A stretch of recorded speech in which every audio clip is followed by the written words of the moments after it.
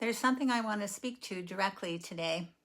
I was listening back to one of my reflections and I began to wonder if people are hearing what I'm talking about, if they're thinking I'm talking about mindset, a mindset shift from content to context, a better way to think, a more useful framework. And I want to be really clear that that's actually not what I'm talking about. When I speak about content, I'm speaking about the content of the mind. Conscious awareness, the context of conscious awareness, doesn't operate from content, the mind. Emotions, interpretations, memories, body sensations, as they're filtered and known through the mind, all of it, that's content. We know that the mind is extraordinary, right? It can create, make meaning, solve problems, imagine, connect, and it can also get very, very tangled up. We know that as well, right? I know this intimately. There were years of my life where things became so difficult. All of the above: trauma, grief, loss, estrangement, betrayal, health. I have an incredible mind and it serves me well, but my mind could not work out those experiences in the way that it naturally tries to. I did what most of us do. I tried to think my way through it. I bought the books. I took the courses. I learned the tools. I got very good at understanding myself. I got very good at self-awareness. I got trained in multiple healing modalities, and none of it made a real difference. Not where I was living, not with what I was experiencing.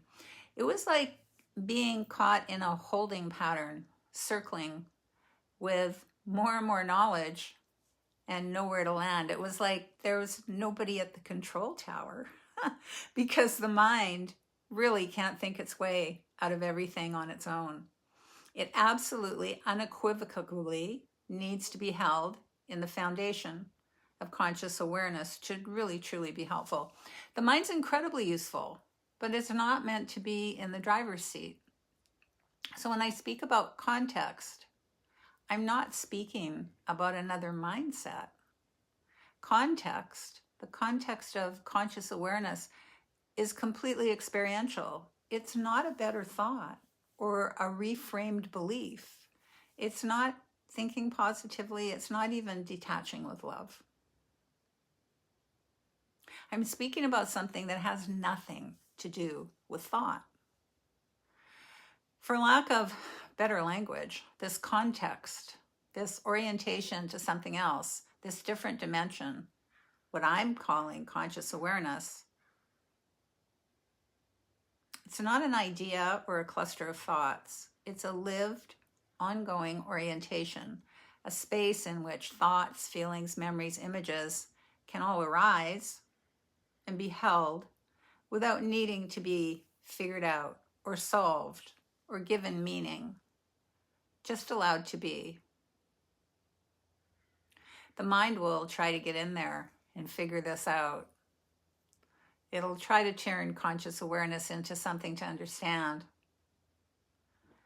But this isn't something to understand. It's a context. It's something to notice, something to experience. And even a few seconds of that, of being truly present, of not being inside the thinking, of only being aware of it. That's beyond anything that the mind can manufacture. I don't say that lightly either. I tried everything.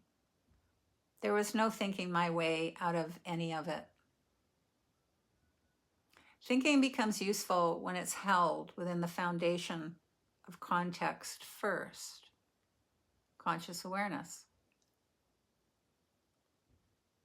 So what becomes available is a place to be, not in the mind or of the mind, but a place to be called conscious awareness.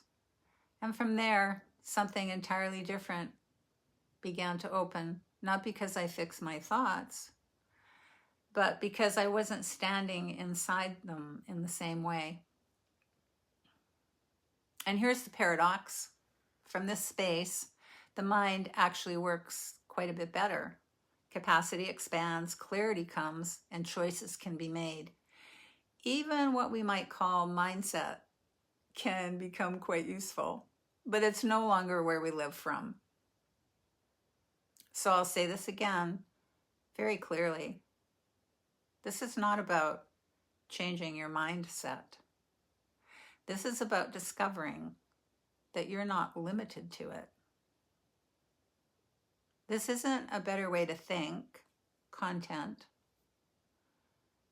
It's a different place to live from, context. Thanks for being here today.